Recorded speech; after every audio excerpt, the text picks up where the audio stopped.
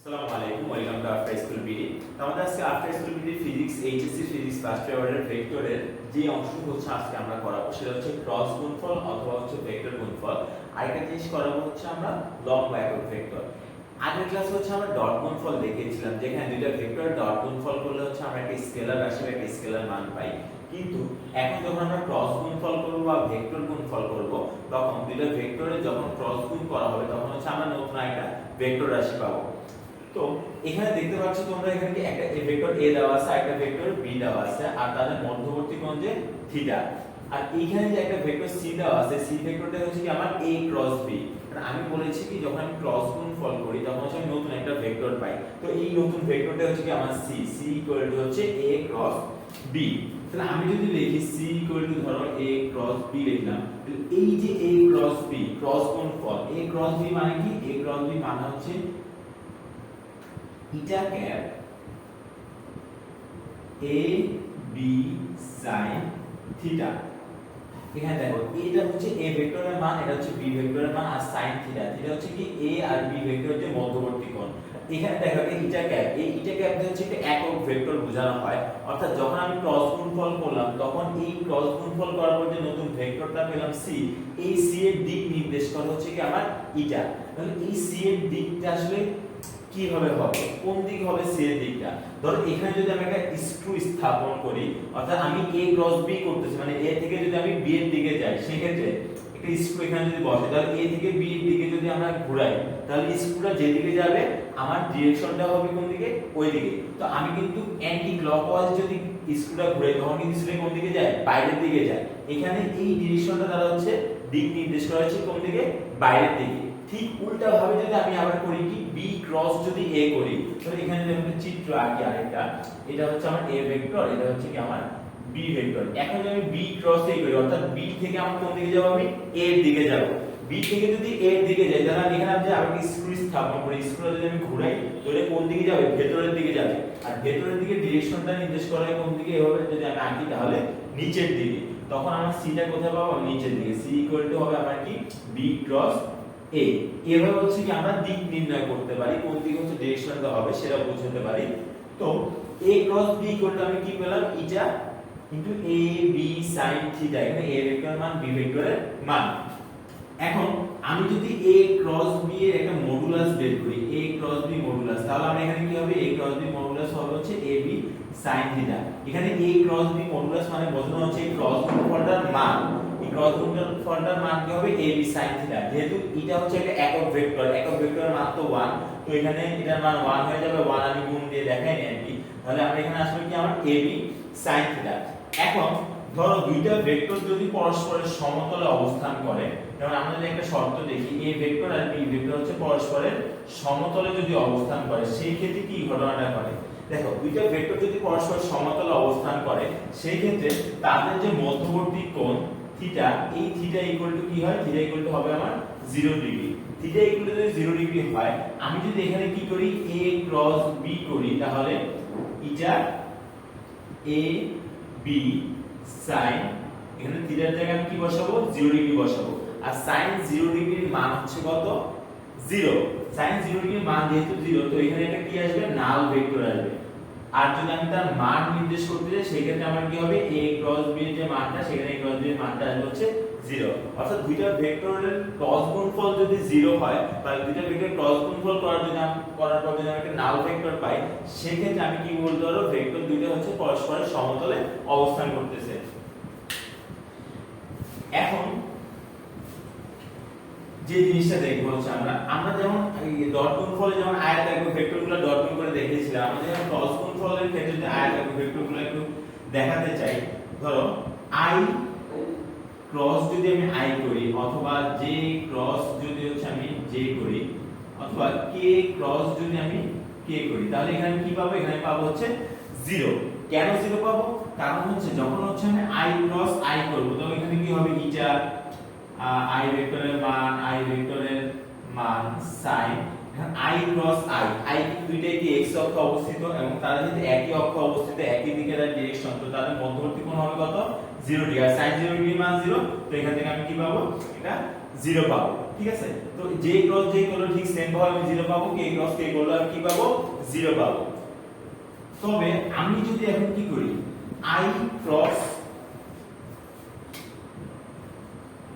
j করি, তাহলে এখান থেকে আমি কি পাবো, এখান থেকে পাবো হচ্ছে আমি k, আমি এটা দেখাচ্ছি কিভাবে আসে জিনিসটা। তারপর হচ্ছে j ক্রস যদি আমি k করি, j ক্রস k করলে কি পাবো আমি i পাবো, আর k ক্রস i করলে হচ্ছে আমি কি পাবো j পাবো। এখন এই জিনিসগুলো আমরা কিভাবে পেলাম, ধরো আমি একটা বৃত্ত আঁকি, এই বৃত্তের ডিরেকশন হচ্ছে কি এদিক থেকে এদিকে ক্লকওয়াইজ হচ্ছে তার ডিরেকশন, এখানে আছে হচ্ছে আমার i, এখানে হচ্ছে আমার j, এখানে হচ্ছে কি আমার k। যখন হচ্ছে আমি i ক্রস j করি, i ক্রস j যদি আমি করি, দেখো এখানে i ক্রস j, এই যে এখানে একটা ইটা থাকতেছে, তো i এর মান j এর মান, তারপর হচ্ছে কি sin, এখানে থিটাটা কত হবে, দেখো i আর j কিন্তু দুইটা হচ্ছে, একটা হচ্ছে x অক্ষের একক ভেক্টর হচ্ছে i, আর j হচ্ছে কি y অক্ষের একক ভেক্টর। তো এই দুটোর যদি আমি ক্রস গুণ, এই দুটোর যদি আমি মধ্যবর্তী কোণের কথা চিন্তা করি, মধ্যবর্তী কোণ কত হবে 90 ডিগ্রি, আর sin 90 ডিগ্রির মান হচ্ছে কত 1। তো এখানে আমার কি থাকতেছে, এটা ক্যাপ থাকতেছে, কারণ i এর মান 1, j এর মান 1, sin 90 ডিগ্রির মান হচ্ছে 1, এখানে আমার কি থাকতেছে ইটা থাকতেছে। তো এই ইটাটা আমি কি বলছিলাম, এটা হচ্ছে দিক নির্দেশ করে।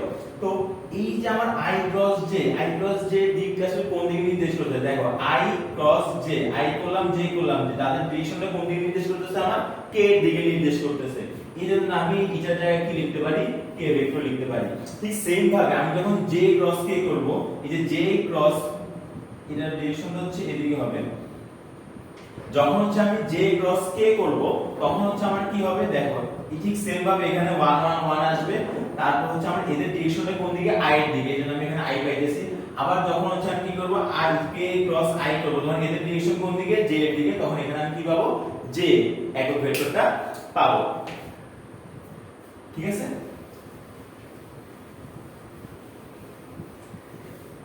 এখন ধরো আমি একটা ক্রস গুণফল তাহলে কিভাবে করা হয় সেই জিনিসটা যদি আমরা একটু দেখতে চাই।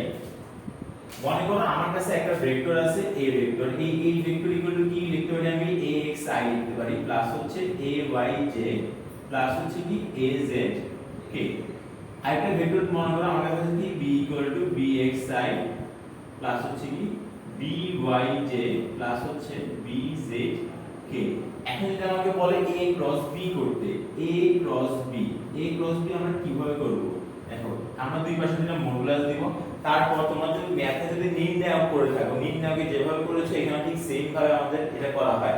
কারণ এখানে প্রথমে আমার কি বসাতে হবে, i j k, এই একক ভেক্টরগুলো হচ্ছে আমি বসাই দিলাম। তারপরে প্রথমে আমার কোন ভেক্টর আছে, a ভেক্টর আছে, a ভেক্টরের i এর সহগ হচ্ছে আমি i এর নিচে বসাবো, j এর সহগ হচ্ছে আমি j এর নিচে বসাবো, k এর সহগ হচ্ছে কি বসাবো আমি k এর নিচে বসাবো। তারপর b ভেক্টর আছে, b ভেক্টরের i এর সহগ আমি i এর নিচে বসালাম, তারপর হচ্ছে j এর সহগ হচ্ছে আমি j এর নিচে বসালাম, তারপর হচ্ছে আমি k এর সহগ k এর নিচে বসালাম। এরপর আমরা কি করব, এগুলা হচ্ছে একটা নির্ণয় করব। তো এই নির্ণয়টা আমি এখানে না দেখে তোমাদের একটা ম্যাথের মাধ্যমে যদি নির্ণয়টা দেখাই তাহলে মনে হয় একটু ভালো হবে। আমরা একটা ম্যাথ দেখি।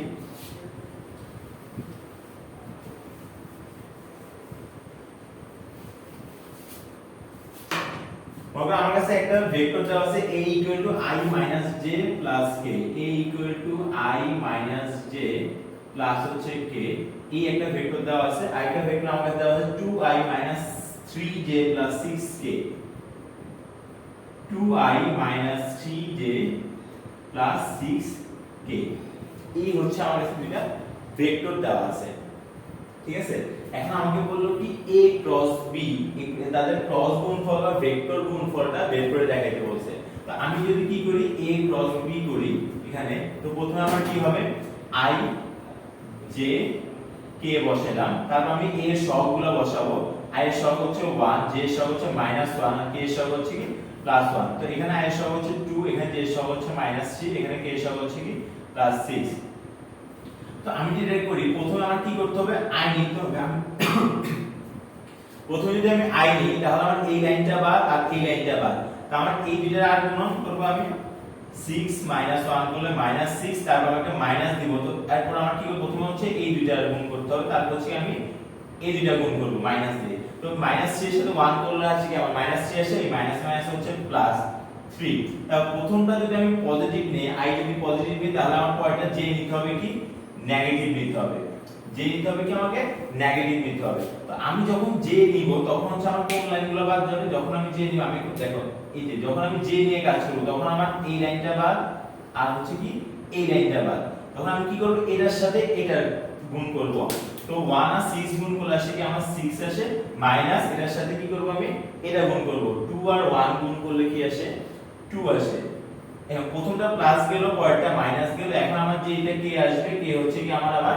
প্লাস আসবে কে যদি প্লাস আসে যখন আমি কে নিয়ে কাজ করব তখন আমার কি হবে দেখো তো কে নিয়ে কাজ করলে আমার এই লাইনটা বাদ আর হচ্ছে কি এই লাইনটা বাদ তখন আমি এটার সাথে এটা গুণ করব আর এটার মাইনাস এটার সাথে এটা তো 1 এর সাথে -3 গুণ করলে আমার কি আসতেছে -3 আসতেছে এরপর একটা মাইনাস হবে 2 এর সাথে -1 গুণ করলে -2 আসে আর মাইনাস মাইনাস কি প্লাস হয়ে যায় +2 তো এটা যদি আমি লিখি তাহলে আমার কি হবে দেখো -3 প্লাস 3 -6 আর +3 আছে তো এখানে আসবে -3i এখানে মাইনাস আছে -6 থেকে 2 বাদ দিলে 4j এখানে দেখো -3 সাথে +2 যোগ করলে -1 থাকে -1 আর প্লাস মাইনাস একটা মাইনাস হয়ে যাবে তো এখানে কি হবে k হবে এই হচ্ছে কি আমার অ্যানসার ক্রস গুণফল করলাম আমরা এখন যদি মনে করো আমাকে যদি বলে a ক্রস b এর মান বের করতে তখন আমি কি করব উভয়ের সাথে মডুলাস দিয়ে রুট ওভার দিয়ে কি করব এই সবগুলোর স্কয়ারের যোগফল করে দিই তাহলে আমি এখান থেকে কি পাবো ভেক্টর দুইটা ক্রস গুণফলের মানও পেয়ে যাব তো এখন আমরা একটা জিনিস দেখব যেটা হচ্ছে কি আমাদের ক্রস গুণফল আমি তো বলছি কি যখন হচ্ছে ক্রস গুণফল শূন্য হয় তখন ভেক্টরগুলো কি হয় পরস্পর সমান্তরাল থাকে বা ভেক্টর যখন পরস্পর সমান্তরাল থাকে তখন কি হয় ক্রস গুণফল শূন্য হয় তো এটা দিয়ে যদি আমরা একটা ম্যাথ দেখি ধরো আমার কাছে একটা ভেক্টর দেওয়া আছে i -3j 5k i -3j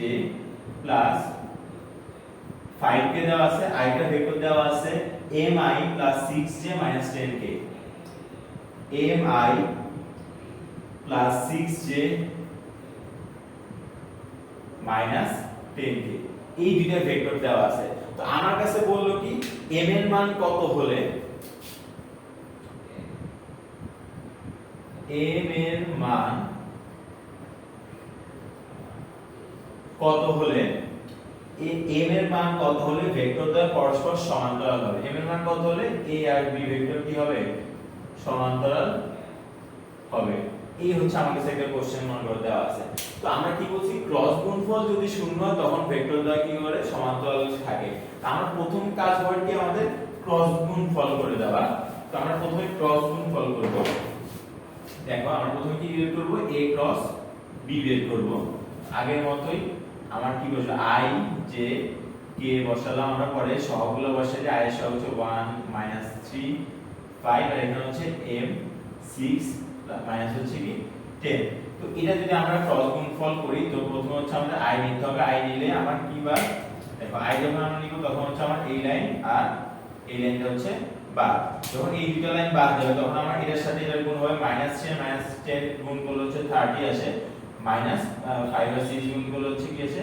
30 আসে তো এটা গেল তারপর আমি যখন j নিয়ে কাজ করব তখন আমাকে মাইনাস দিতে হবে প্রথমটা প্লাস দিছি পরেরটা প্রথমে প্লাস দিলে পরেরটা কি হবে মাইনাস যখন আমি j নিয়ে কাজ করব দেখো তখন আমার এই লাইনটা বাদ আর হচ্ছে কোন লাইনটা বাদ আর হচ্ছে আমার এই লাইনটা বাদ তো আমি 1 এর সাথে -10 যদি গুণ দেই তাহলে আমার কি আসে -10 আসে -5 এর সাথে m গুণ দিলে 5m তো তারপরটা আমার প্লাস k প্লাস হবে যদি প্লাস k নিয়ে আমি কাজ করি তখন আমার কি প্রথম লাইনটা বাদ এইটা বাদ আর হচ্ছে এটা বাদ যদি এই দুটো বাদ হয় তখন আমার কি আসে 1 আর 6 গুণ দিলে আসে হচ্ছে 6 মাইনাস m আর -3 গুণ দিলে -3m মাইনাস এর প্লাস এখানে আসছে কি আমার 3m আসছে তো এখান থেকে আমি কি পেয়েছি পুরোটাই 0 পাইতেছি তো এখানে -j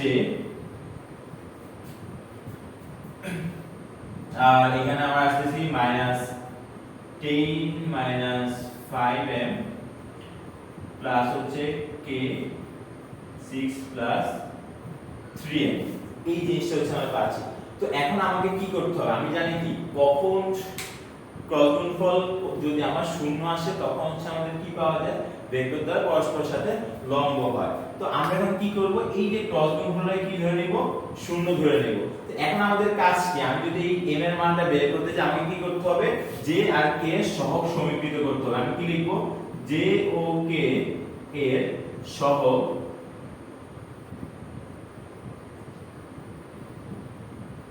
সমীকৃত করে পাই। এখন সহগ সমীকৃত করা বলতে কি বোঝায়, ধরো এইখানে যে যা সহগ আছে আর এই পাশে যে যা সহগ আছে একটা, এগুলো কি হবে আরেকটা।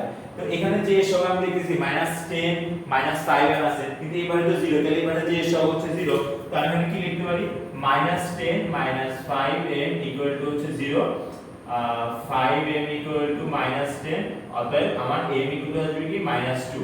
ঠিক সেম ভাবে আমি যদি k এর সহগটা সমীকৃত করি, এই পাশে k এর সহগ হচ্ছে কত, 6 + 3m, আর এই পাশে k এর সহগ হচ্ছে কত, 0।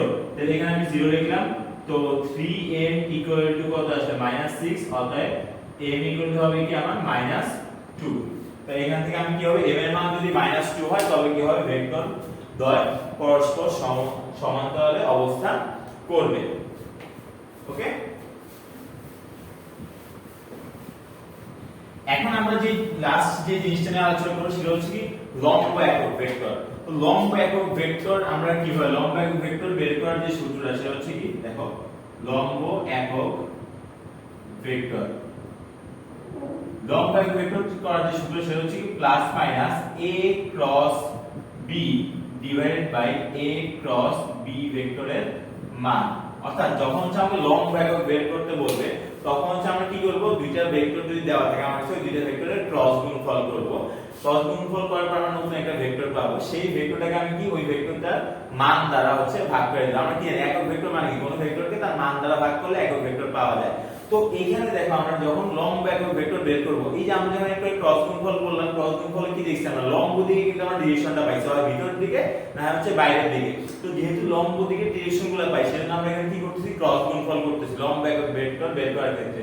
তো ক্রস গুণফল করলাম, এখানে একটা ভেক্টর পাবো, তারপর সেই ক্রস গুণফলটার মান দ্বারা কি করব, তাকে ভাগ করে দিব। কারণ আমরা কি জানি কোন ভেক্টরকে তার মান দ্বারা ভাগ করলে একক ভেক্টর পাওয়া যায়। এখানে প্লাস মাইনাস কেন ইউজ করা হইতেছে, তার কারণ হচ্ছে যখন প্লাস মাইনাস ইউজ করা হয় তার কারণ কি, আমার কিন্তু ডিরেকশনটা ভেতরের দিকে হইতে পারে বাইরের দিকে হইতে পারে। তো একটা ডিরেকশন যে আমি কি ধরি, ভেতরের দিকে যদি পজিটিভ ধরি তাহলে আমার বাইরের দিকে নেগেটিভ ধরতে হবে, অথবা বাইরের দিকে পজিটিভ ধরলে আমার ভেতরের দিকে কি ধরতে হবে, নেগেটিভ ধরতে হবে। তো যেহেতু আমরা ক্রস গুণফল নরমালি ধরো করতে পারি, বা হচ্ছে ওইখান থেকে যে ভেক্টরটা পাবো সেটা আমি দেখালাম এটা ক্রস গুণফল কিভাবে করা হয়, তারপর জাস্ট আমরা কি করব, তার একটা মান বের করব, তারপর ওই ভেক্টরটাকে তার মান দ্বারা ভাগ করে দিব আর সামনে একটা প্লাস মাইনাস দিয়ে দিব।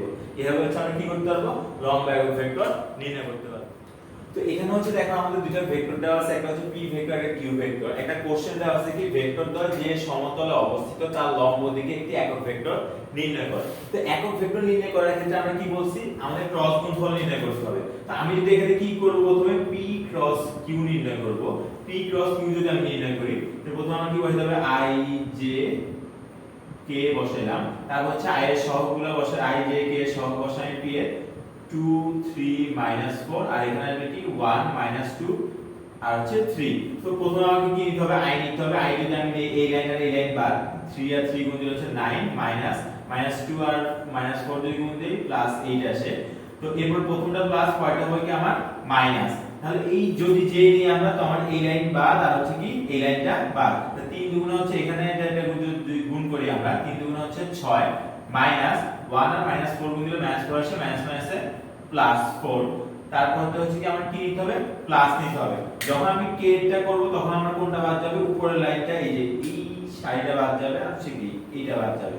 তো এখন যখন আমরা করব দেখো 2 এর সাথে -2 গুণ দিলে আমার কি আসে, -4 আসতেছে, তারপর আমি একটা মাইনাস দিলাম, 1 আর 3 গুণ দিলে কি আসে আমার 3 আসতেছে। তো এখান থেকে আমি যে ভেক্টরটা পাইছি সেটা হচ্ছে কি আমার i -10j প্লাস মাইনাস, দেখো এখানে -7 আসবে, প্লাস মাইনাসে -7k।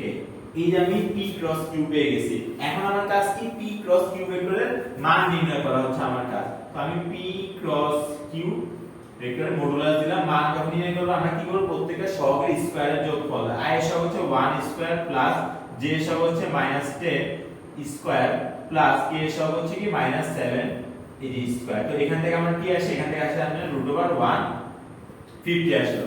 তো এখন আমি কি করব, লম্ব একক ভেক্টর লিখব। তো লম্ব একক ভেক্টর, এটা যদি লম্ব একক ভেক্টর লিখি আমরা, লম্ব একক ভেক্টর, লম্ব একক ভেক্টরটা কি হবে আমার, প্রথমে আমি কি দিব, প্লাস মাইনাস দুইটাই দিব, প্লাস মাইনাস দিলাম, প্লাস মাইনাস দেওয়ার পর আমাকে কি লিখতে হবে, প্রথম হচ্ছে p ক্রস q ভেক্টরটা, এই যে p ক্রস q, তারপর হচ্ছে কি p ক্রস q ভেক্টরের যে মান সেটা লিখতে হবে আমাকে। তো এখন আমি p ক্রস q ভেক্টরটা আমি কি পাইছি, তো এই যে প্লাস মাইনাস দিলাম, আমি p ক্রস q ভেক্টরটা পাইছি i -10 যে -7 কে, আমি লিখি i -10 যে মাইনাস হচ্ছে কি 7 কে। তারপর আমার কাজ কি, তারপর আমার কাজ হচ্ছে আমি জাস্ট এই যে p ক্রস q ভেক্টরের যে মানটা পাইছি, এখানে p ক্রস q ভেক্টরের মান, p ক্রস q ভেক্টর যে মানটা পাইছি √150, এটা হচ্ছে আমি বসাই দিলাম √150। এটাই হচ্ছে কি আমার লম্ব একক ভেক্টর নির্ণয় করা হয়ে গেল। তো আশা করি হচ্ছে তোমরা সবাই বুঝতে পারছো। ধন্যবাদ।